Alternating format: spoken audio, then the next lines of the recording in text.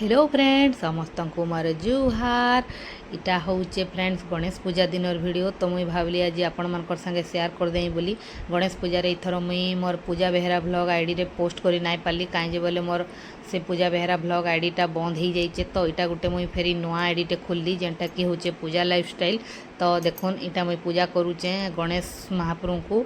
तो इटा हला आमर ट्यूशन रे मुई पूजा करुचे माहीर ट्यूशन रे कहीं बोले मुई माही के ट्यूशन धरिक आसली आसला बेलके माही तर गणेश पूजा थिला। तो माही के मुई ट्यूशन धरिक आसला बेलके ऑलरेडी गणेश पूजा ट्यूशन रो सरी जाइथिला।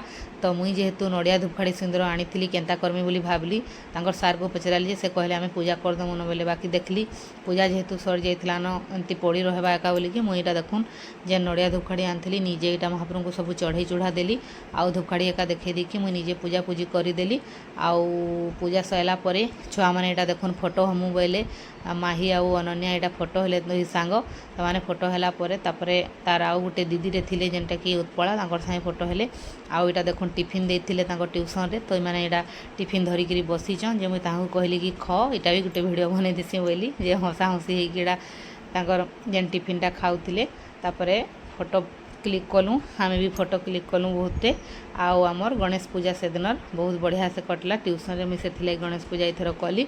आउ फ्रेंड्स मोर पूजा बेहरा ब्लॉग आईडी के जनता भल पाइबा देथिले आशा करूचे मोर नुआ